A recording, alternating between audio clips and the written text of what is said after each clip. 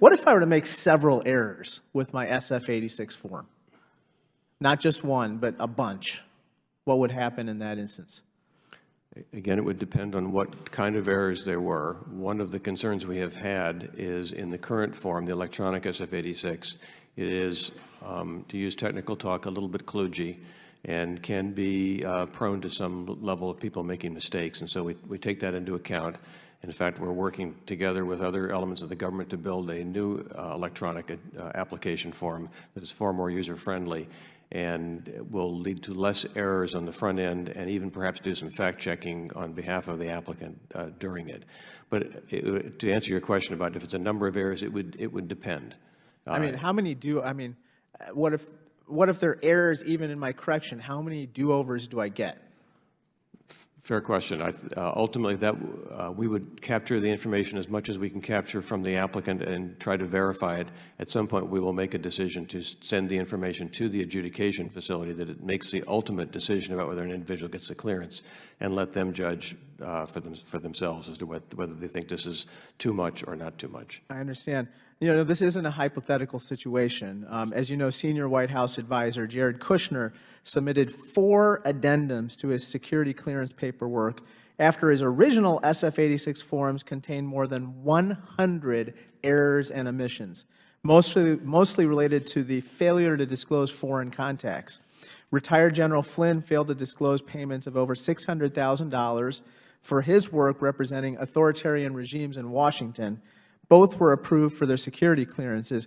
What would you do if one of your employees approved such an incomplete form?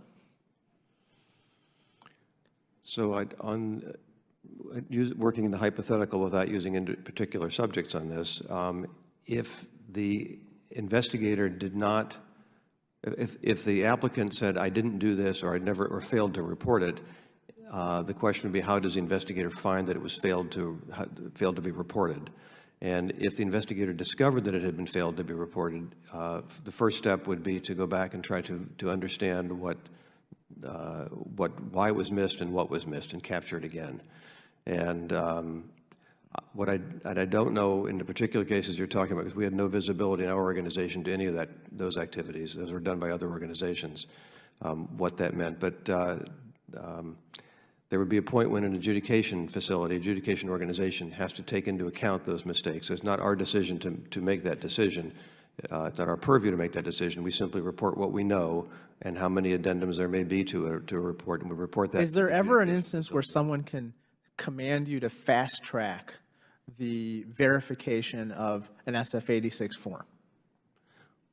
It depends on how you define fast track, sir. If we get cut corners, fast track, get it through ram it through the system. Cutting corners, no. So if people ask us to do things, put things ahead of the queue, yes, we do that all the time. To cut corners, we do not do that. Can you recall if there's ever been an applicant having to submit 4 addenda detailing over 100 errors and omissions, being able to maintain their security clearance once those errors and omissions had been identified? I will caveat that by saying I have not seen the breadth of all the applications, but I have never seen that level of mistakes. Neither have I.